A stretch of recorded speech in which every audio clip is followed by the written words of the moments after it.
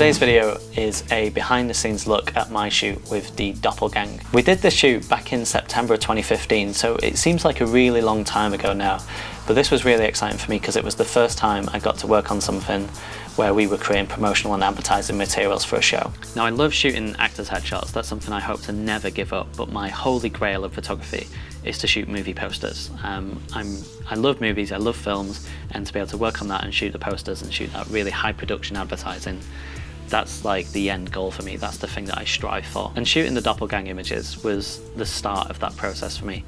You have to start from somewhere, even if it's not perfect to begin with, even if you look back on it in a few years and think what you created was terrible. By the way, I don't, I still really love these images. You have to begin. You have to actually take that first step. And I usually think for a lot of people, that's the hardest thing to be able to do. There's so many excuses you can come up with, like, oh, I haven't got such and such camera, such and such lens, I haven't mastered such technique, I don't know what I'm doing in Photoshop, etc, etc. And this isn't just for photography, this is for all different art forms, everything that you can imagine. And I think sometimes you just have to get started and get going with something. I first approached Peter and asked him, hey, do you want to create some advertising materials for a show that you've got coming up? He was totally on board, and it was great to be able to plan out a show. It was great to be able to sit down and talk about the show and plan out the materials that we would be able to create, and then actually see them be executed from start to finish.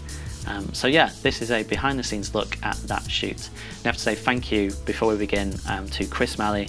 Chris Malley is the guy who filmed all of this footage for me. Without you, Chris, today's film would not have been possible. So big kudos to you. Anyway, I hope you enjoy, and I will see you tomorrow.